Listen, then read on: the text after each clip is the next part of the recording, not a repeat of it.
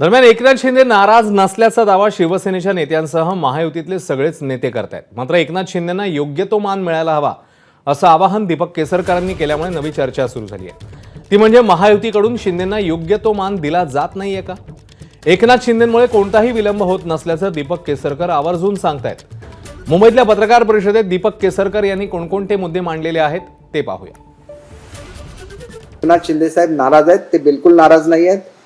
त्यांनी मुळातच आपल्याला माहिती आहे की 1 तारीखपर्यंत 2 तारीखपर्यंत कुठलीच चर्चा होणार नव्हती, कारण ते देव आपण शुभ अशुभ दिवस मानतो भारतामध्ये, त्याप्रमाणे ते दिवस शुभ मानले जात नाहीत, त्याच्यामुळे त्या दिवशी चर्चा होणार नव्हती। जी काय तारीख आहे ती मोठा पक्ष या नात्याने बीजेपी जे कन्वे करेल आम्हाला त्यावेळेला मुख्यमंत्री अटेंड करते। मी अतिशय स्पष्टपणे सांगतो की आमचे लाडके मुख्यमंत्री आदरणीय एकनाथजी शिंदे साहेब जे सध्या काळजीवाहू मुख्यमंत्री आहेत, त्यांचा ही प्रक्रिया डिले होण्यामध्ये कुठलाही हात नाही।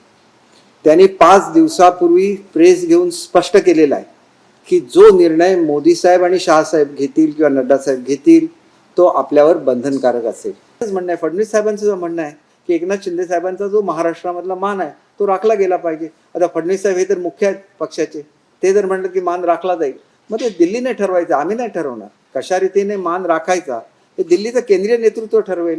एक मेसेज जनतेला जायला लागतो की या दोघांच्या नेतृत्वाखाली खऱ्या अर्थाने ही लढाई झाली, तिघांच्या अर्थात दादा सुद्धा त्याच्यामध्ये होते, तर त्यांचा योग्य तो मान महाराष्ट्रामध्ये राखला गेला, कारण ही शेवटी युती आहे। एबीपी माझा, उघडा डोळे बघा नीट।